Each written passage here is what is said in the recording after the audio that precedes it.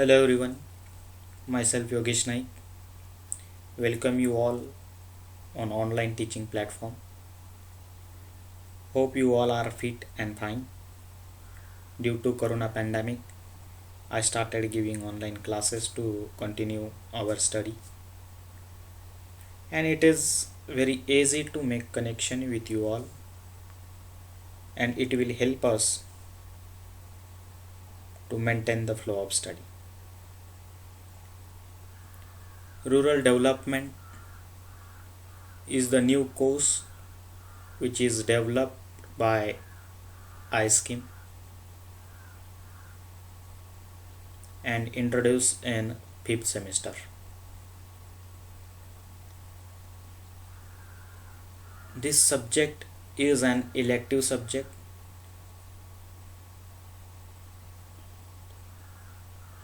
Total there are 4 subjects. Out of these 4 subjects, we have selected rural development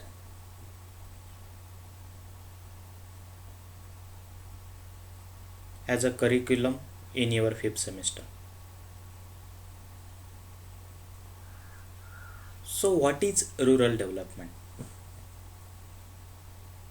How we can define rural development? Rural development is a process of improving quality of life and economic well-being of people living in rural areas.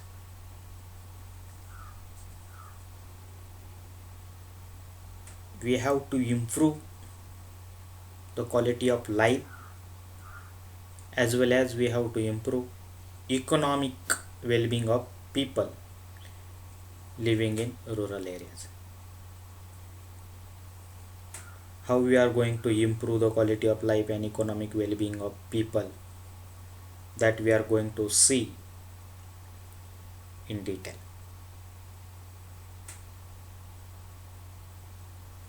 Why we have selected rural development as a course in your curriculum? Why don't we have selected any other subject? Because this subject is elective. And why we have select this particular course?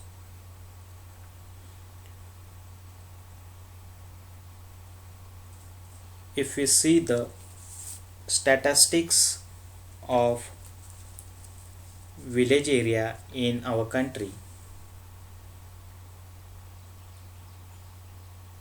50% of Indian villages don't have proper shelter.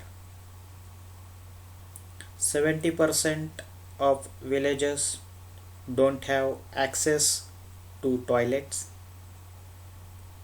35% of villages in our country don't have nearby drinking water source. 40% of villages don't have proper roads. 85% of villages in our country don't have secondary education facilities.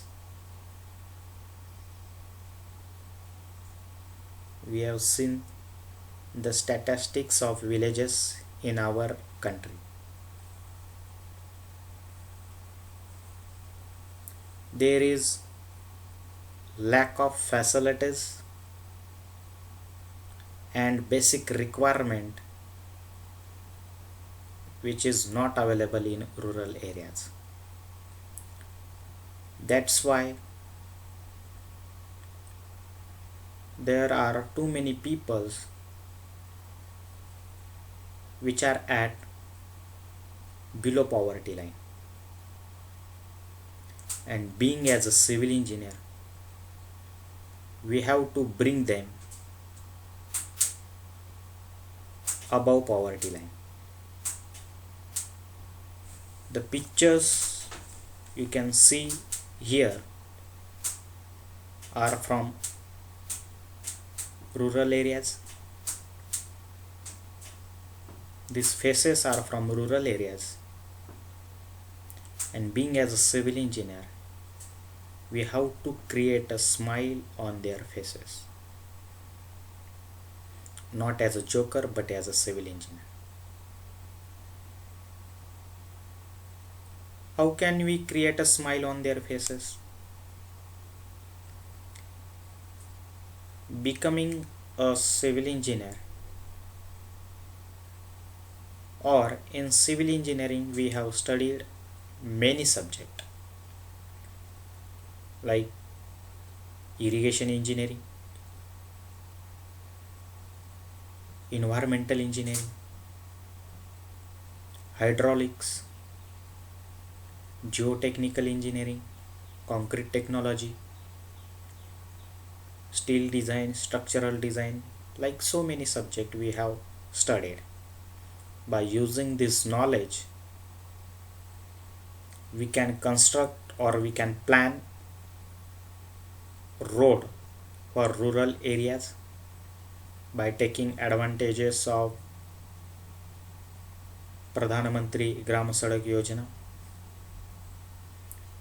Being as a civil engineer, we can construct houses for rural people by taking advantages of Indira Awas Yojana.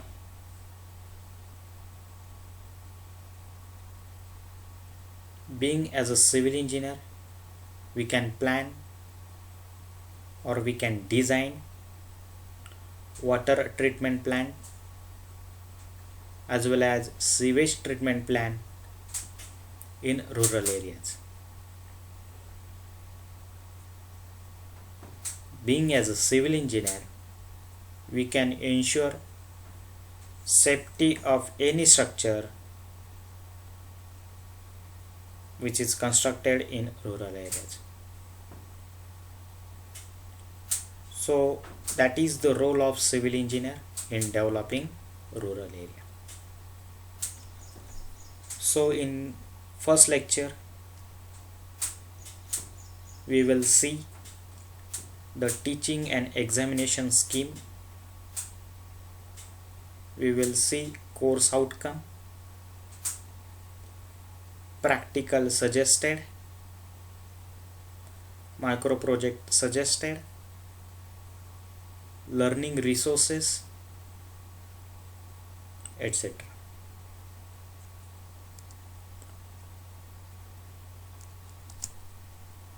About course. This is the basic things that everyone should know. The program name is civil engineering. Don't get confused about program and course. Our program name is civil engineering. Program code is CE. Semester is 5th. And course title is rural development. That is elective subject. And course code is 22505. This is about course information, basic information. Rationally it means that what is the objective by learning this course. So in first point, as we have seen the definition of rural development, once again I repeat, rural development is the process of improving quality of life and economic well-being of people living in rural areas. No need to explain again. This subject includes, I have highlight some important points that is include in this particular course and which is very important. This subject includes watershed management, cottage industry, infrastructure development, and study of various government schemes. So watershed management includes so many structure like cement plug, gabion wall, KT weir, barrages, farm pond, etc. Cottage industry, it means that kutir udyog, group of people or family members sitting in house and producing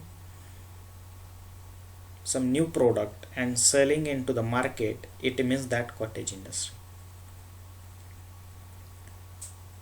Infrastructure development, it includes construction of road, construction of houses, etc. and study of various government schemes. There are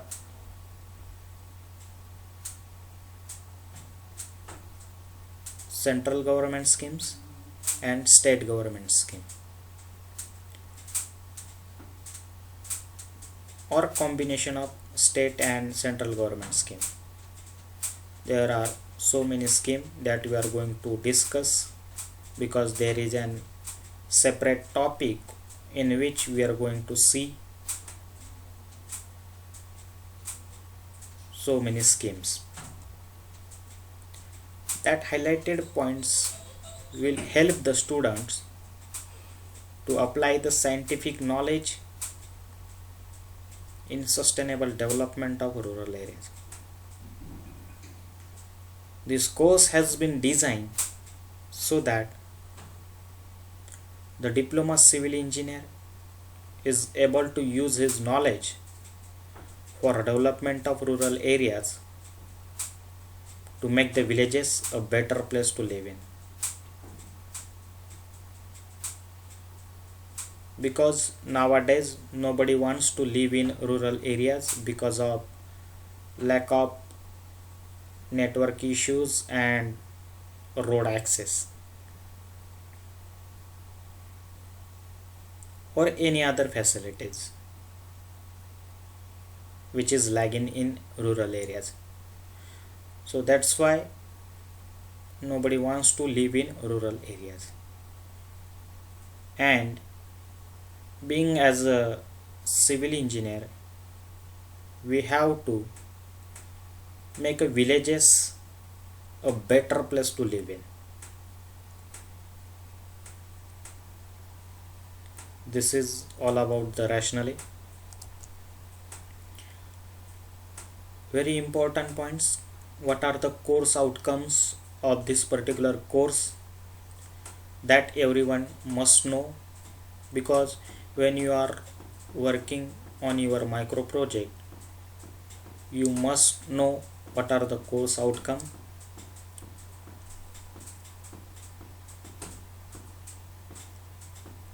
We will see one by one. First one is undertake survey to decide the status of social economic significance.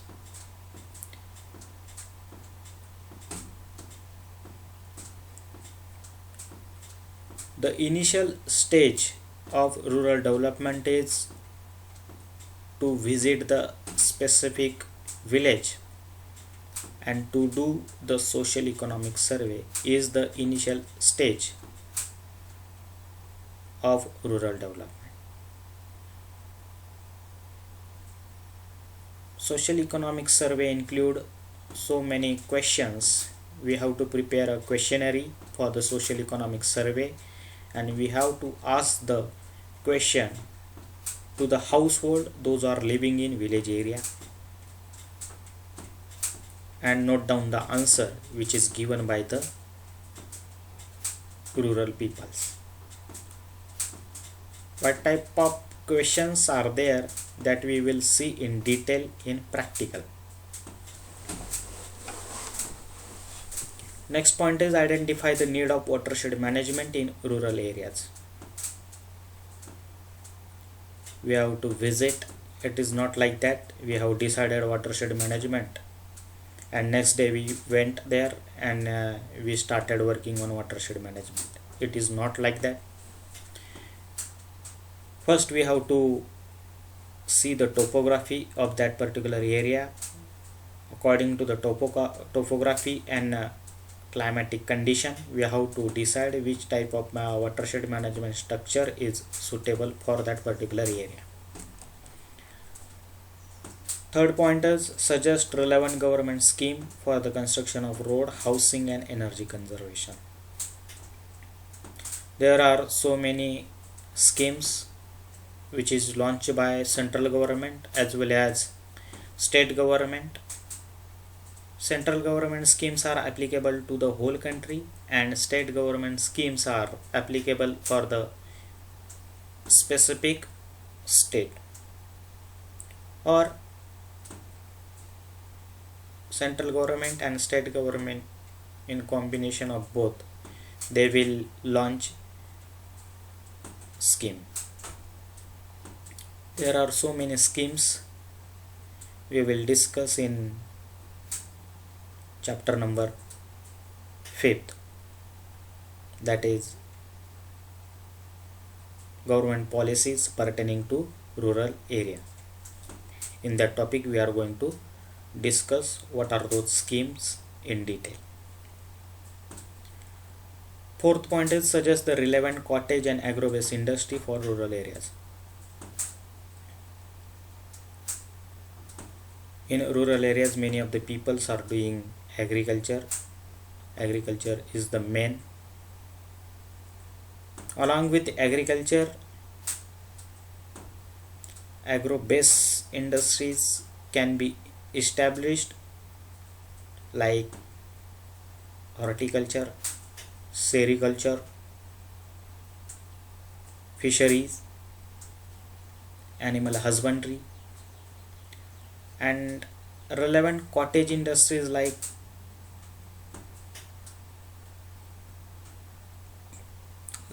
fly ash brick making plant, stone crushing plant. We can establish hollow block making plant, bitumen making plant also.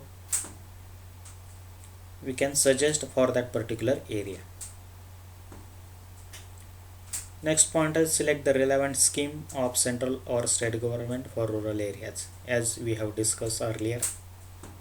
No need to explain. And last point is apply the principle of rural development in rural areas. There are some principles that we have to apply in rural areas for the development. This is all about the course outcome that everyone must know. Next is teaching and examination scheme. Examination scheme is divided in two parts, theory and practical. In theory, there is an end semester examination, ESC. It means that end semester examination theory, which is of 70 marks. This course includes full of theory. There is no numericals, and actual practical, field practical is not there in this course.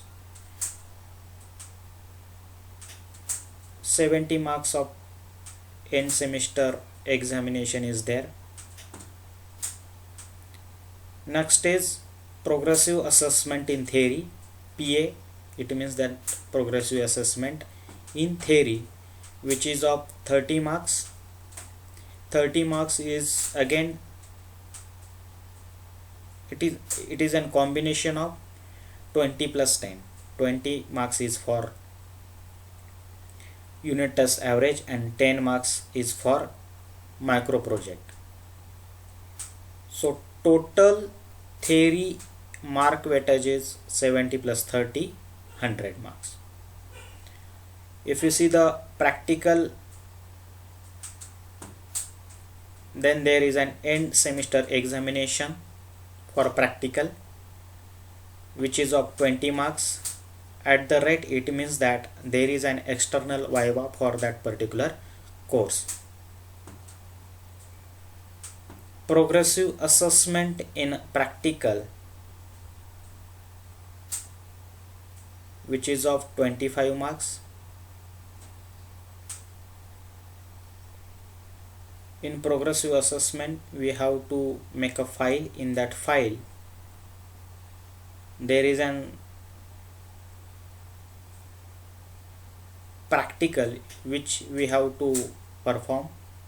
Practical like we have to prepare a report on government scheme, state government scheme. We have to prepare a report on central government scheme.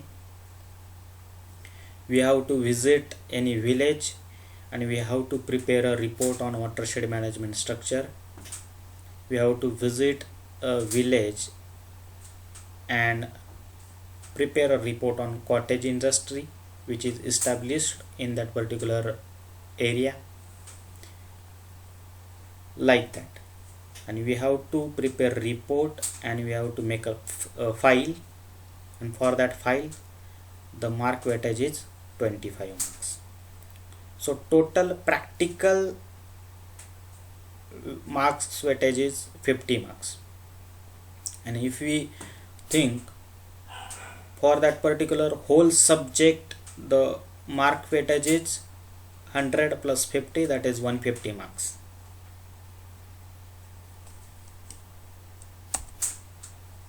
What are the suggested practicals? We have seen that there is an practical, we have to prepare a file and which is of 25 marks. On the basis of this file, external viva is there also, and again which is of 25 marks. It means that practical examination is of total 50 marks. For 50 marks there is some suggested practical that we have to perform. There are total suggested 16 practicals, but we are not going through all these practicals. They have marked some practical with star.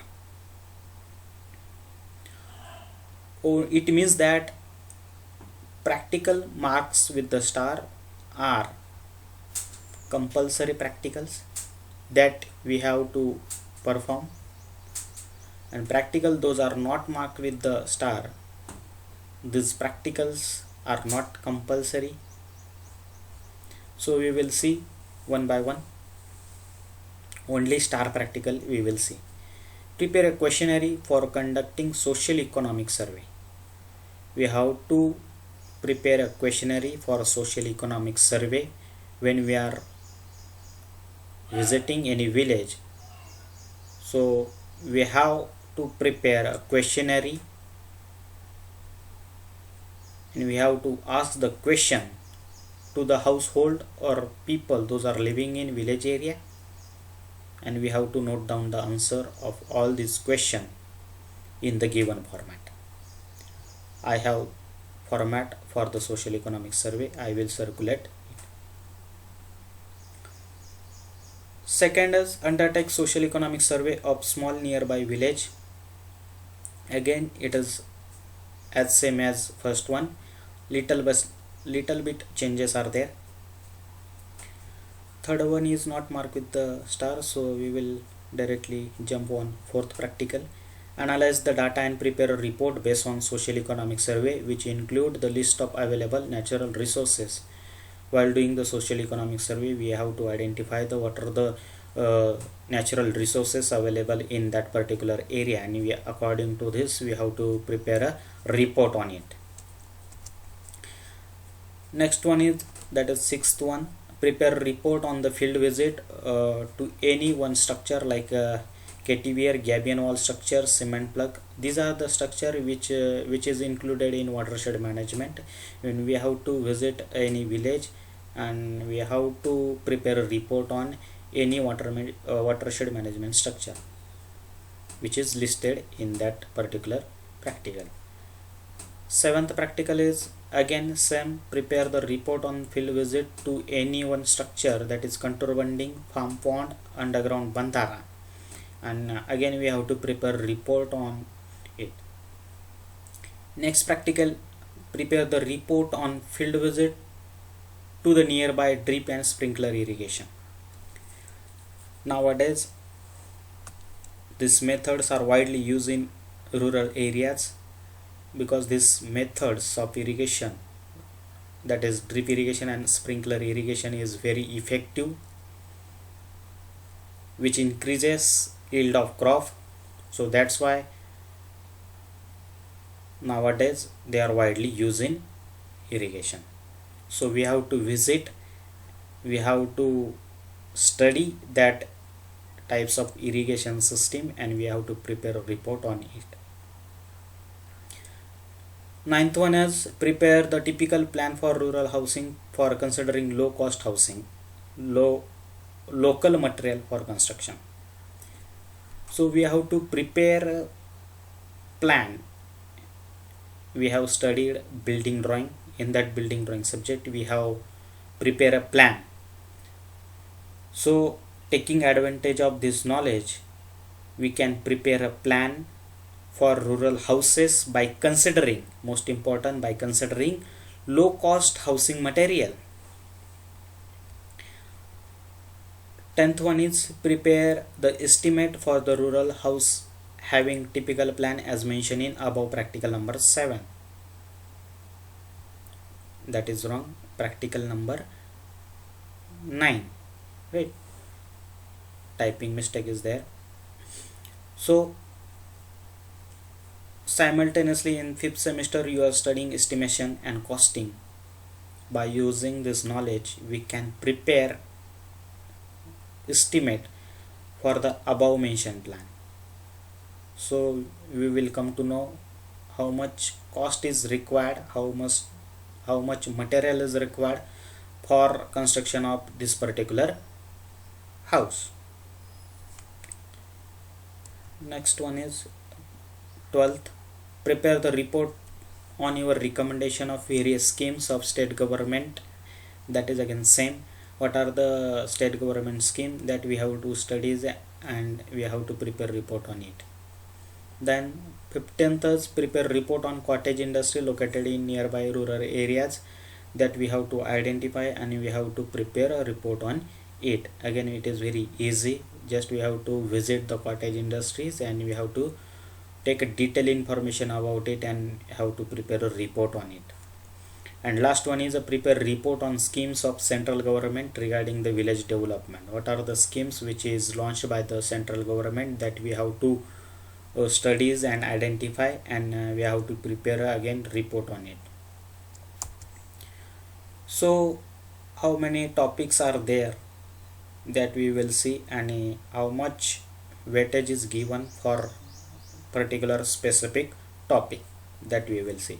So total there are 6 topics in this particular course. First one is overview of rural development. In that topic we are going to see necessity of rural development, role of civil engineer in development of rural areas, that we will see.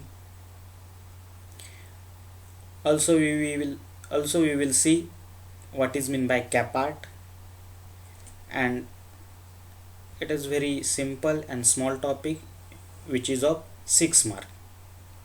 Second topic is water resource management and sanitation. Again, it is very important topic.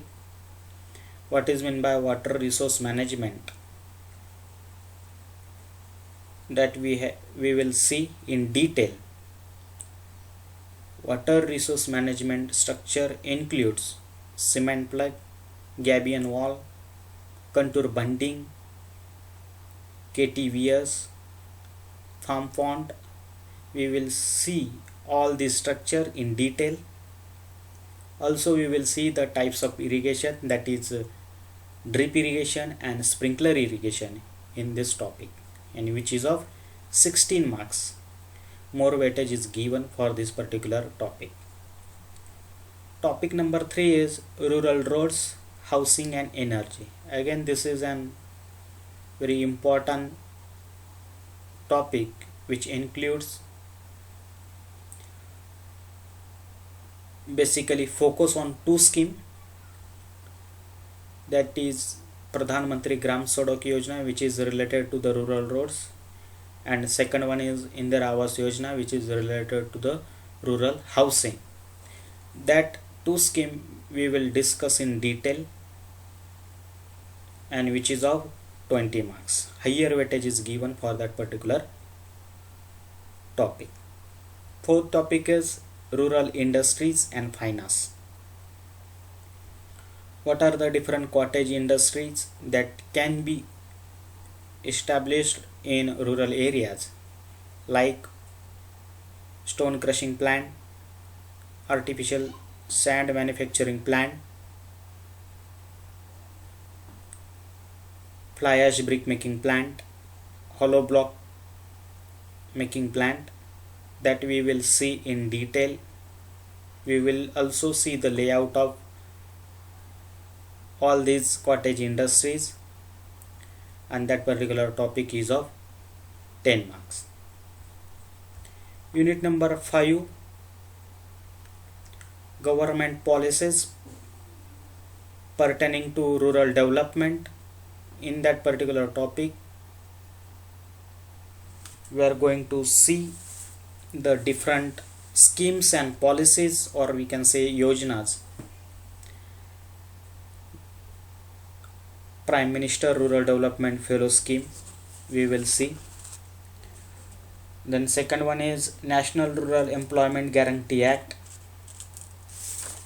Then we will see Swarna Jayanti Gram Swarojgar Yojana, Sampurna Gramin Rozgar Yojana, and Deen Dayal Upadhyay Gramin Kaushalya Yojana. All these schemes we will see in details. Also we will see the silent features of each policies, and which is of 8 marks. And last topic is planning for rural development. In that topic we will see what is meant by planning, necessity of planning, and what are the different levels of planning, that is macro level planning, meso level planning, and micro level planning. Also we will see what is meant by decentralization. So that particular topic is of 10 marks. This is all about topic contents and mark weightage for that particular topic. So what are the suggested micro project? I will not read all this because we have already discussed. In suggested micro project, they have suggested some central government schemes, as I told earlier, that is Pradhan Mantri Gram Sadak Yojana, Indira Awas Yojana, Swarna Jayanti Gram Swarojgar Yojana, Sampurna Gramin Rozgar Yojana, Deen Dayal Upadhyay Kaushalya Yojana. All these central government schemes we have to study. We have to collect the information about these schemes, and we have to select any scheme and have to prepare report on it. So this is the only work we have to do in your micro project. And lastly, what are the learning resources, what are the different reference book which is listed over here.